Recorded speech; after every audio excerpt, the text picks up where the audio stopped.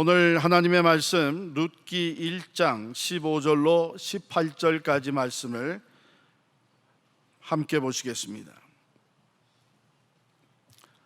룻기 1장 15절로 18절까지 말씀 합독해서 읽겠습니다. 나오미가 또 이르되 보라, 내 동서는 그의 백성과 그의 신들에게로 돌아가나니 너도 너의 동서를 따라 돌아가라 하니, 룻이 이르되 내게 어머니를 떠나며 어머니를 따르지 말고 돌아가라 강권하지 마옵소서. 어머니께서 가시는 곳에 나도 가고 어머니께서 머무시는 곳에서 나도 머물겠나이다. 어머니의 백성이 나의 백성이 되고 어머니의 하나님이 나의 하나님이 되시리니 어머니께서 죽으시는 곳에서 나도 죽어 거기 묻힐 것이라. 만일 내가 죽는 일 외에 어머니를 떠나면 여호와께서 내게 벌을 내리시고 더 내리시기를 원하나이다 하는지라. 나오미가 룻이 자기와 함께 가기로 굳게 결심함을 보고 그에게 말하기를 그치니라. 아멘.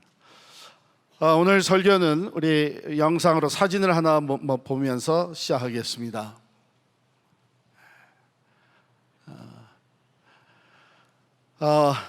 두 야구 선수, 한 사람은, 한 선수는 흑인이고 한 선수는 백인입니다. 흑인 선수는 여러분이 잘 아는 그 유명한 제키 로빈슨, 흑인 선수인데, 흑인으로서는 미국 그 메이저 리그 베이스볼 플레이어로 최초로 선수 생활을 한 사람입니다. 그런데 이게 실력도 뛰어날 뿐만 아니라 처음 흑인 선수로서 사회에 지대한 영향을 끼친 제키 로빈슨이요, 1962년도에 명예전당 홀 오브 페임에 오르게 됩니다. 그리고 1997년도에는 그가 몸담고 있었던 로스앤젤레스 다저스 팀에서 그가 사용했던 그 이 등번호 42번, 이것을 영구 결번으로 결정을 합니다. Permanently 이 42번은 다시는 다른 야구 선수가 사용할 수 없는 숫자가 되게 함으로써 42번을 달고 선수 생활한 제키 로빈슨을 영원히 기념하게 된 것이죠. 그러나 그의 선수 생활은 여러분들이 예상하는 대로 매우 힘든 삶이었습니다. 그 당시에는 백인들이 흑인들을 사람 취급을 안 하던 시절이기 때문에 그가 야구 선수로 등장할 때마다 백인들이 많은 비난을 했습니다. 심지어는요, 같은 팀에 있는 다른 백인 선수들조차도 어떤 선수들은 그와 같이 플레이하는 것을 거부하기도 했습니다. 참, 그런 시대에 그 구단에서 이 제키 로빈슨을 선수로 영입했다고 하는 것은 정말 혁명적인 일이었죠. 제키 로빈슨은 훌륭한 야구 선수로서 활동을 하면서 인종차별에 대해서 그것을 극복해 나갈 뿐만 아니라 미국 내에 참으로 지대한 영향을 끼치게 됐습니다. 그래서 몇 년 전에 제키 로빈슨의 영화가 나왔죠. 넘버 42. 그런데 이 제키 로빈슨이 선수 생활할 때 아주 아름다운 얘기가 있습니다. 한번 여기 브루클린에서 브루클린 스테디움에서 게임을 하는데 아주 중요한 시기에 이루수를 보던, 이렇게 세컨 베이스를 맡고 있었던, 수비를 보던 이 제키 로빈슨이 결정적인 실수를 하게 됩니다.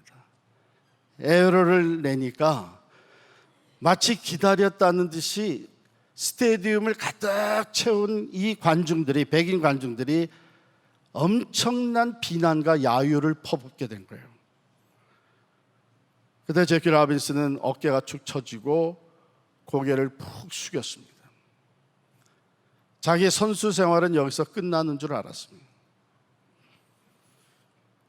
그때에 숏스톱, 유격수를 보고 있었던 피위 리즈라고 하는 또 다른 유명한 백인 선수가 제키 로빈슨에게 다가갔습니다. 그리고 그의 어깨를 감쌌습니다.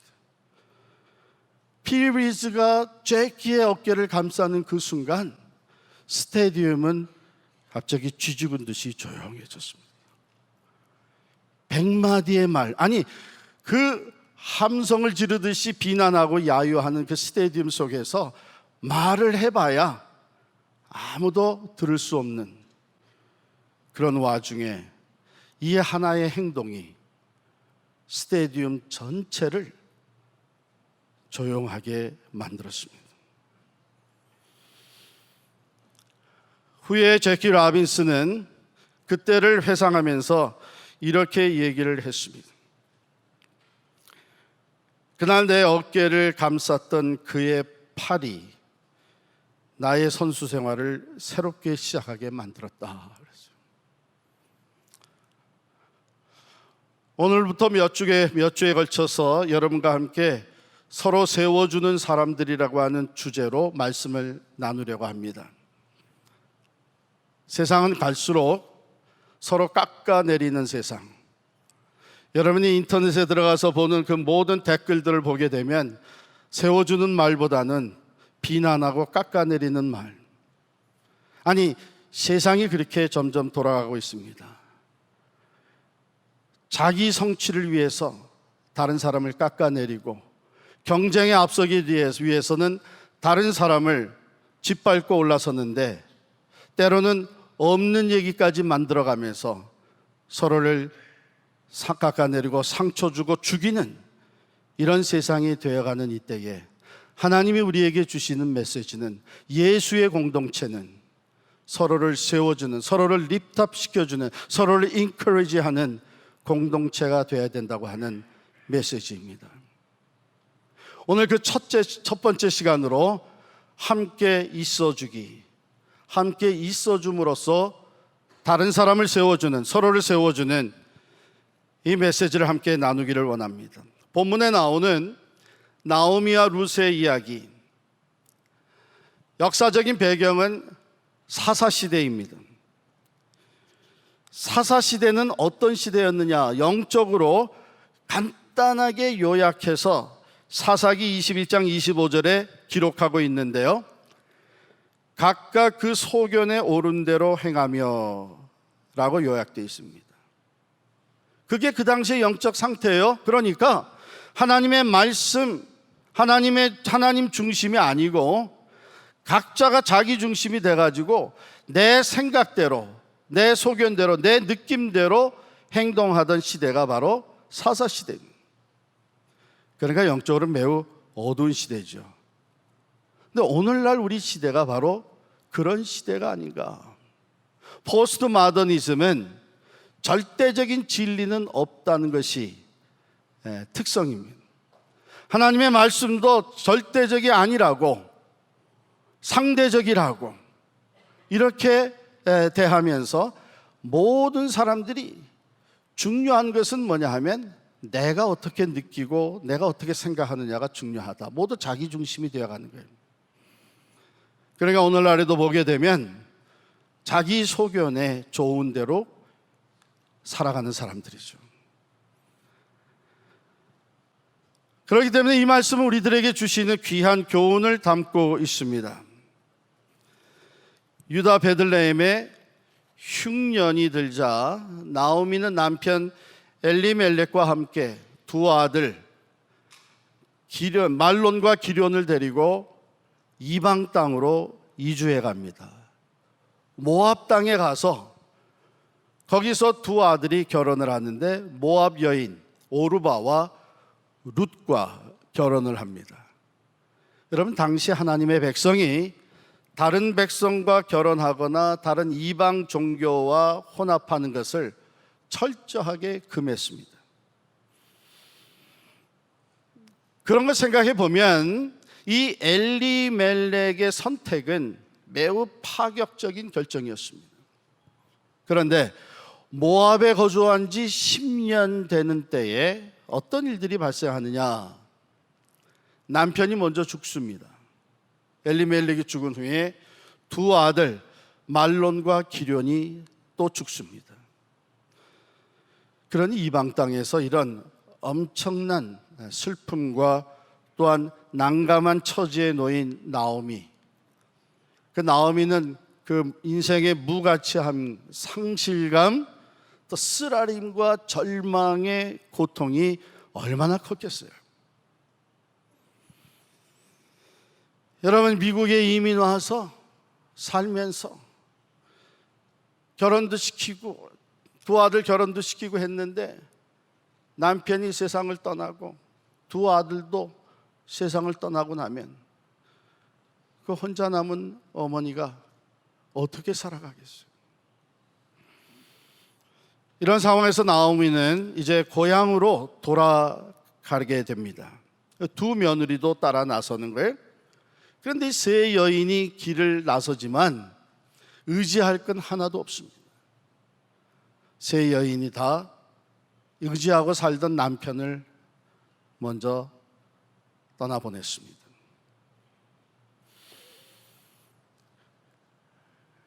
가는 길에 나오미가 두 며느리에게 이렇게 얘기를 합니다. 너희는 나를 따라오지 말고 각기 너희 어머니 집으로 돌아가라. 즉 친정으로 돌아가서 재혼을 하도록 권하는 것이죠. 그러자 두 며느리가 똑같이 아닙니다, 우리가 어머니와 함께 가겠습니다, 이렇게 서로 배려해주는 이 마음이 얼마나 아름다운지 모르겠어요. 그러나 나오미는 다시 모압으로 돌아가라고 강권합니다. 왜냐하면 이 며느리들이 자기를 따라와서는 아무 소망이 없기 때문이에요. 재혼의 기회가 주어지지 않습니다. 당시 유대인의 전통에 의하면요, 결혼한 한 남자가 결혼해서 아들이 없이 죽으면 그 남자의 형제가 그 과부가 된 아내, 그 자기 아내를 아내로 맞아들이는 것이 의무였습니다.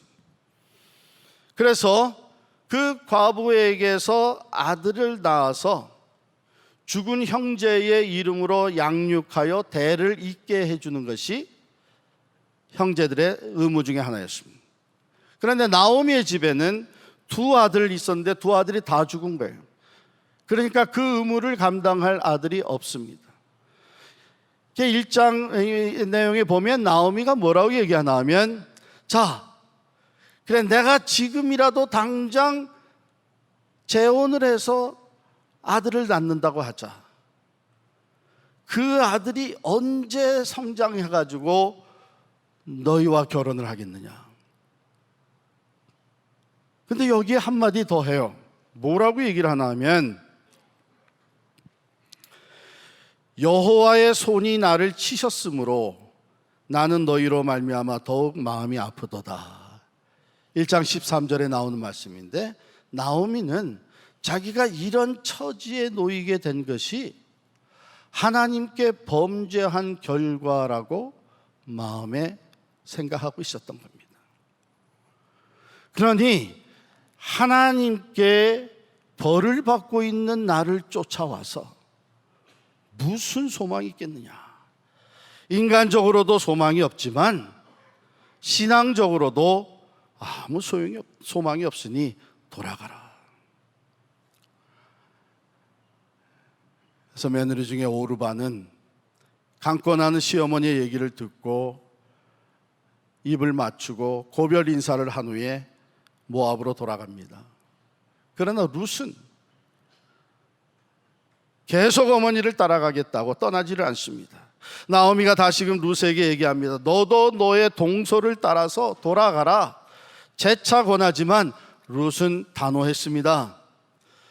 대답하기를, 여러분 16절 17절에 있는 것을 우리 다시 한번 같이 읽겠습니다. 16절 17절 같이 읽습니다. 룻이 이르되 내게 어머니를 떠나며 어머니를 따르지 말고 돌아가라. 강권하지 마옵소서. 어머니께서 가시는 곳에 나도 가고 어머니께서 머무시는 곳에서 나도 머물겠나이다. 어머니의 백성이 나의 백성이 되고 어머님의 하나님이 나의 하나님이 되시리니 어머니께서 죽으시는 곳에 나도 죽고 거기 묻힐 것이라. 만일 내가 죽는 일 외에 어머니를 떠나면 여호와께서 내게 벌을 내리시고 더 내리시기를 원하나이다 하는지라. 무슨 얘기예요? 이 룻은 시어머니 나오미와 함께 하기 위해서 지금까지 모압 땅에서 자기에게 주어졌던 모든 것을 다 포기하겠다는 얘기예요. 앞으로는 내가 모압 여인으로 살지 아니하고 어머니의 백성 중에, 유다 백성 중에 하나가 될 것이고, 어머니 곁을 떠나지 않기를, 만일 어머님이 먼저 돌아가시게 되면 그곳에서 어머니 장사를 지내고 나는 그 땅에서 계속 살다가 어머니가 묻힌 그곳에 나도 묻힐 것입니다. 혹시 내가 어머니보다 먼저 죽는 일이 생긴다면 어쩔 수 없겠지만, 그 외에 다른 어떤 이유로도 내가 어머니를 떠나면 나는 하나님께 벌을 받고 더 받게 될 것입니다. 하나님 앞에서 맹세를 하는 거예요. 자, 룻이 이러한 결심을 한 것을 보고 나오미도 더 이상 돌아가라고 권하지를 않고 두 사람이 유대 땅 베들레헴으로 갑니다. 나오미가 혼자가 아니라 며느리 룻과 함께 돌아가는 거예요. 그것도 내가 죽음 이외에는 어머니를 결코 떠나지 않겠다고 하는 이 결단과 사랑을 가지고 나오미 동행하는 이 룻을 바라보면서 시어머니 나오미는 얼마나 위로와 힘을 얻었겠습니까? 한번 상상해 보세요. 혼자 돌아간다고 상상해 보세요. 다 잃어버리고. 그런데 룻이 함께 동행하며 같이 있어줘.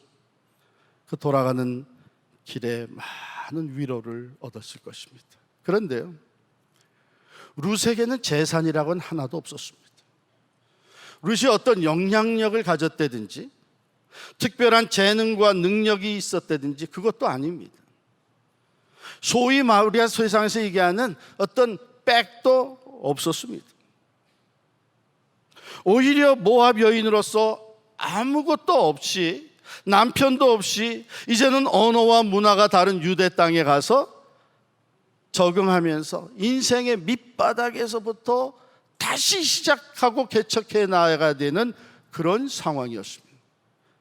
자기 자신을 위해서도 아무것도 보장되지 않은 상황인데, 그럼에도 불구하고 룻은 자기 자신보다는 어머니 나오미를 먼저 생각하면서 아무것도 없는 상황에서 해드릴 수 있는 것이라고 해서는 아무것도 없는 그런 상황에서 그가 해드릴 수 있는 유일한 것 하나를 선택을 합니다.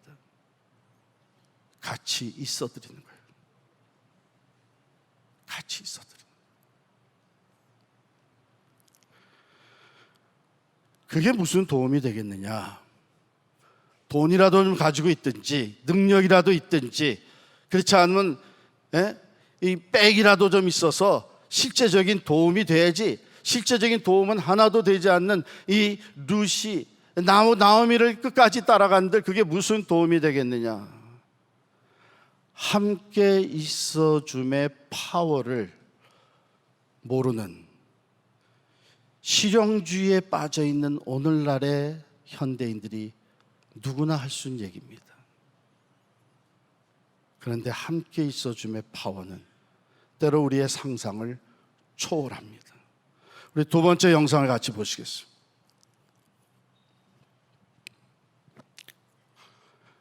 이 사진은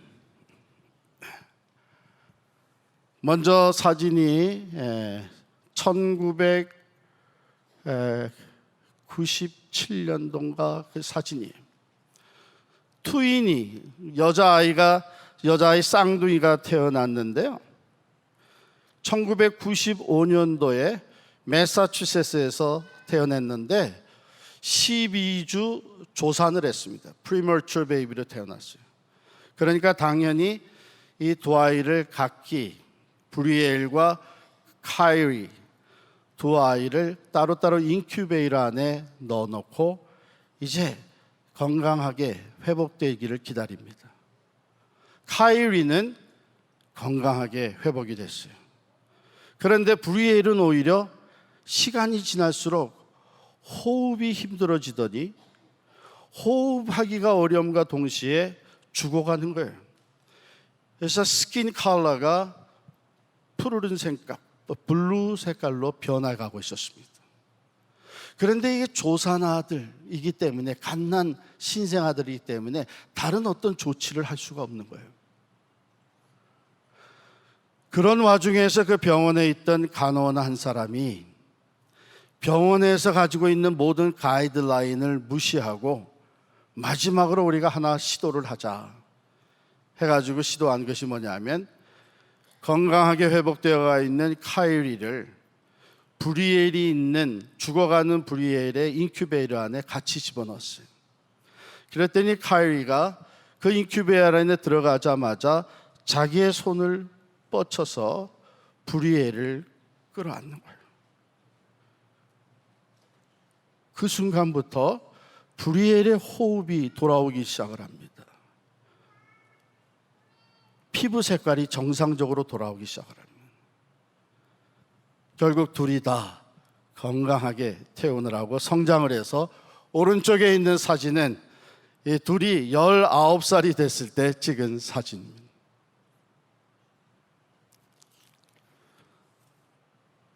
사랑하는 성도 여러분,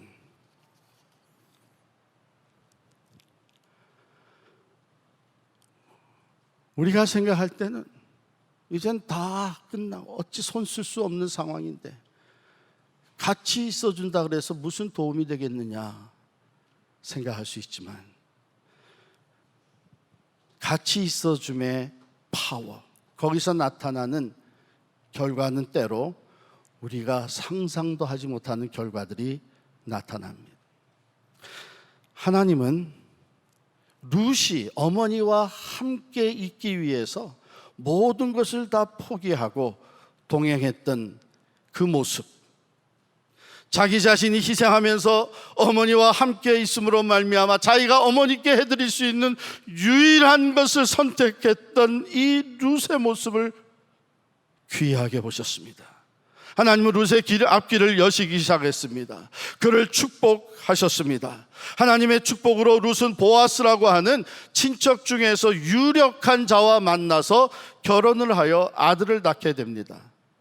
룻이 아들을 낳자 그 동네에, 베들레헴 동네의 여인들이 모두가 다 나오미에게 말하기를, 찬송할지로다 여호와께서 오늘 내게 기업 물을 자가 없게 하지 아니하셨도다.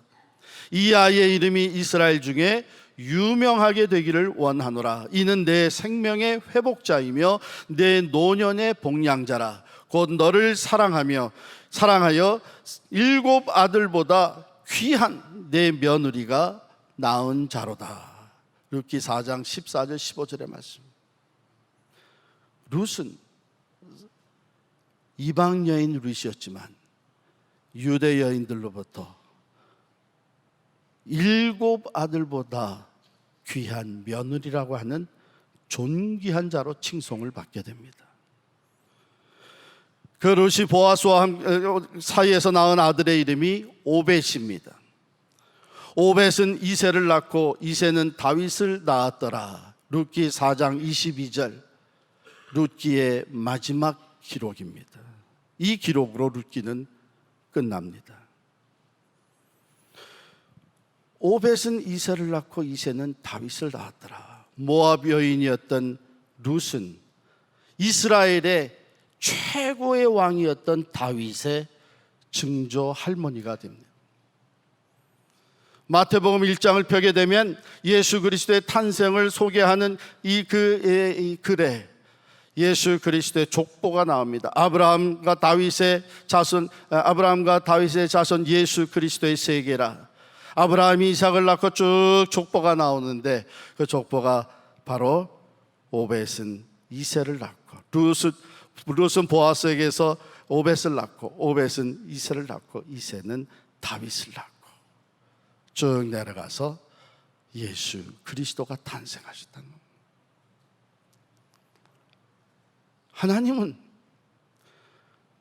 아무것도 할 수 없는 상황에서 유일하게 선택한 그것, 자신을 희생하면서 오직 어머니와 함께 있으면서 어머니의 위로가 되기를 원했던 룻의 마음을 귀하게 보신 것입니다.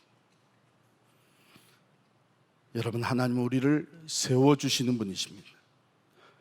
우리를 죄와 사망에서 구원하시고 영원한 생명을 얻게 하시고 하나님의 자녀가 되는 권세를 누리게 하시고 이 땅에서 살지만 천국을 소유한 사람으로 세워주시기 위해서 독생자 예수 그리스도를 이 땅에 보내주셨습니다.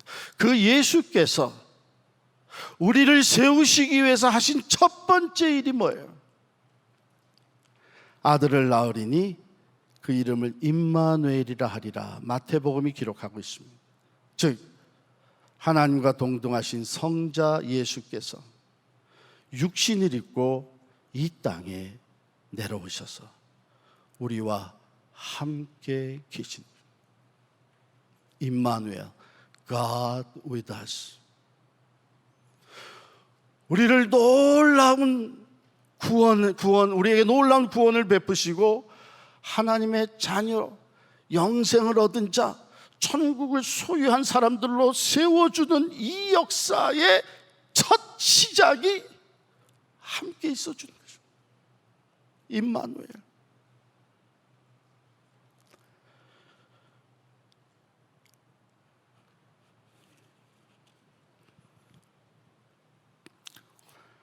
그제 금요일에 우리 필그림 무비 나잇을 가졌어요. 기대 이상이었습니다. 정말 모든 사람이 큰 감동을 얻고 좀 은혜를 받게 됐는데, 여러분들 중에 이쯤 얘기하면 나도 반드시 봐야 되겠다 하는 사람이 있기 때문에 구체적으로 다 얘기는 안 드리겠어요. 그러나 제가 가장 감동을 받았던 그 부분이 있습니다. 이 스토리는 트루 스토리로서 미주리주의 세인트 찰스 카운티에서 생겼던 일입니다. 지난 2015년에 1월에 있는 마틴 루터 킹 주니어 그 birthday, 학교 안 가잖아요. 그러니까 14살 난 이 청소년 남자아이들 셋이서 얼어붙은 호숫가에서 놀다가 그 얼음이 깨지는 바람에 셋이 다 아이스워터 속으로 빠졌습니다. 두 아이는 건짐을 받았는데 존 스미스라고 하는 아이는 결국은 물 밑으로 가라앉게 됐습니다. 레스큐 팀이 와가지고서는 존 스미스를 건져냈을 때는 벌써 15분 남짓 아이스워터 속에 있었던 것입니다. 병원으로 이머전시 룸으로 들어가서 할 수 있는 방법은 다 동원했지만 45분, 50분이 다 가도록 그 심장이 작동을 안 했습니다. 바디 템퍼처는 벌써 88도로 떨어졌습니다. 맥박이 죽은 지는 벌써 15분이 지났습니다. 결국 전문 의사가 조용히 그 어머니 불러서 부모를 불러서, 사실은 이 존을 어답된 입양했던 어머니 부모죠. 오늘 밤을 넘기지 못할 것입니다. 판단이 섰어요. 그러나 그 어머니 조이스는 포기하지 아니하고 존의 침대 옆에, 아들의 침대 옆에서 떠나지 않고 하나님께 기도를 합니다. 24시간이 지나고 48시간 지나고 72시간 지나, 이제는 포기해야만 되는 그런 상황이에요. 그 3일이 지나는 동안 동네에, 교회에, 학교에 많은 사람들의 관심을 가지고 함께 기도하기 시작을 합니다. 이제는 마지막 방법 하나, 어머니 조이스가 기도 중에 확신을 얻어서 존이 반드시 깨어날 겁니다. 그러니 이제 좌안에게 이 붙여놓은 모든 서포트 시스템을 다 떼고 깨웁시다. 그래서 그 다음날 아침에 서포트 시스템을 다 떼고 충격을 줘서 좌안을 깨우기로 결정을 했어요. 그러나 부모가 원하기 때문에 동의는 했지만 전문 의사는 이것은 아무 소용이 없다고 이미 마음의 결정이 섰습니다. 날이 어두워지고 밤이 찾아왔습니다. 갑자기 밖에서 노래소리가 들리는 거예요. 병실에서 커튼을 제치고 내다봤더니 학교의 친구들, 교회의 성도들이 다 병원 밖에 모여서 촛불을 밝혀들고 찬양을 하는 거예요. 그런데 놀라운 것은 그들이 찬양을 하는 그 순간, 그 찬양 소리가 울려 퍼지고 있는 그 순간에 갑자기 누워있던 코마 상태에 벌써 3일이 지나가고 있는 좌안의 눈에서 눈물이 흐르기 시작합니다. 그 다음 날 계획했던 대로 모든 서포트 시스템을 떼고 좌안을 깨웁니다. 충격을 줘서 깨우는데 말할 수 없는 고통 가운데 몸부림을 치던 좌안이 눈을 뜹니다. 어머니를 알아봅니다. 모든 사람들을 알아봅니다. 기억이 되살아옵니다. 믿을 수 없는 상황이 펼쳐진 거예요. 결국 좌안은 그 병원에 이머전시로 들어간 이후 16일 만에 완전히 회복이 돼가지고 건강한 몸으로 퇴원을 합니다. 아무것도 해줄 수 없는 상황. 지금 우리가 촛불을 들고 나가서 병원에 서서 노래를 찬양을 한들 그게 무슨 소용이 있겠느냐? 실용주의에 빠져있는 현대인들은 받아들이질 않습니다. 이미 전문 의사가 결정을 했고 이제는 medically he's dead, 죽었다고 판단이 났는데, 그러나 어쩌면 그 친구들 하나님이 다시 살려주신 것이라고 하는 확신은 없었겠지만 그래도 좌안이 마지막 이 땅에서 호흡할 때에 그 죽어가는 좌안에게 우리가 옆에 있다고 하는 것을 알려주고 싶었던 그 마음, 그의 고통과 그 가족의 절망적인 상황을 함께 나누면서 옆에 있어주기를 원했던 그 친구들과 그 성도들, 그 사랑의 배려, 함께 있어주신 그 상황 가운데서 하나님은 역사하신 거예요.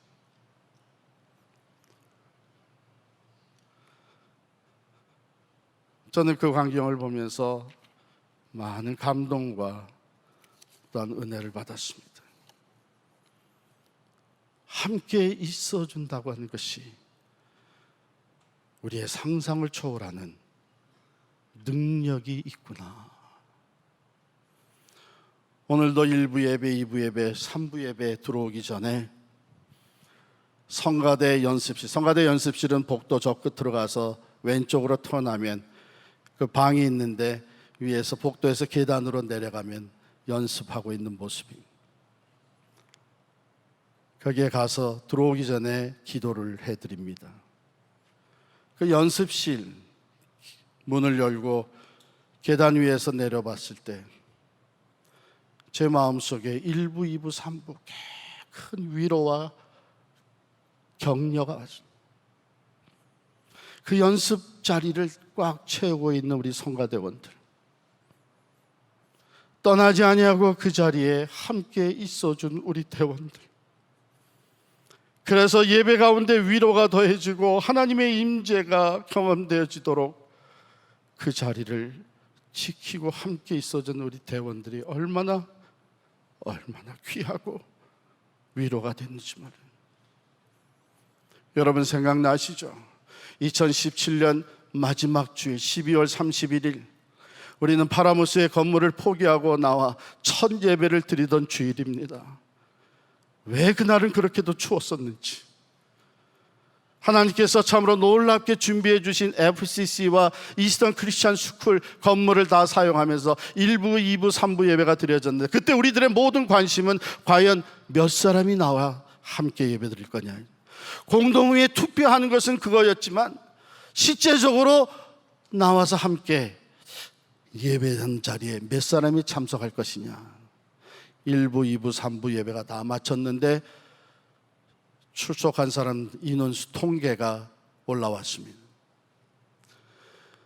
그 전에 그 건물에서 평상시에 예배드리던 숫자보다 더 많이 참석을 했다는 거예요. 그러면 그 사람들이 어디서 온 사람들이냐? 장기 결석자들이 나왔다는 거예요. 정말 저도 여러분을 봤어요. 그동안 내가 장기 결석을 했지만 교회가 이런 어려움을 당하고 있을 때 나도 가서 같이 있어주리라. 그날 그것이 우리 모두에게 얼마나 큰 위로가 됐습니까? 뿔뿔이 흩어지지 아니하고 장기 결석자들까지도 와서 함께 있어준 그날, 우리는 말할 수 없는 위로를. 그 이후 1년 반이 되도록 광야 생활을 하고 있는 가운데 함께 있어주는 여러분들,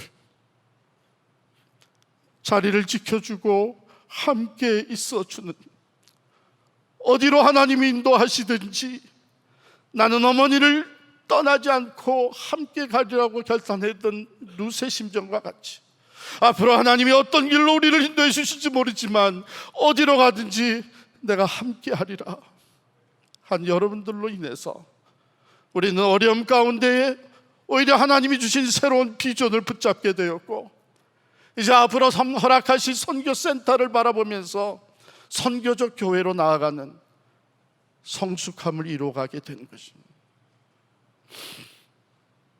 나는 가진 것이 없고 나는 특별한 능력이 없고 영향력도 없는 사람인데 내가 거기에 가 있는다고 무슨 도움이 되겠느냐? 그러나 하나님은 그것을 귀하게 보십니다. 함께 있어줌에는 우리가 상상하지 못하는 파워가 있는, 가이리가 팔을 펼쳐서 불의를 껴안았을 때에 소생하는 파워, 능력이 있었고, 이젠 다 끝났다고 절망 가운데 있는 제키 로빈슨, 피위 리즈가 곁으로 가서 함께 있어주며 팔을 어깨에 얹어줬을 때에 그는 새롭게 출발할 수 있게 됩니다. 루시, 내가 죽는 일 외에는 어머니를 떠나지 않겠다고 결단하고 나오미를 따라갔을 때에 하나님의 놀라운 역사하심이 그곳에 임하게 되었던 것입니다. 나는 아무것도 해줄 수 없다고 생각되는 그 순간에 기억하시기 바랍니다. 그러나 내가 곁에 있어줄 수는 있다. 함께 있어줄 수는 있다. 오늘 하나님의 말씀을 듣고 우리가 세상으로 나아갑니다. 바라기는 우리 한 사람 한 사람에게 내가 함께 있어 줌으로써 세워줄 수 있는 사람이 누구인지 하나님께서 깨닫게 해주시기를 바랍니다. 가족 중에, 친척 중에, 교구원 중에, 은사동 식구 중에, 우리 이웃 중에 반드시 있을 것입니다. 함께 있어 줌에는 우리가 상상하지 못하는 하나님의 역사하심이 나타나게 될 것입니다. 기도하겠습니다.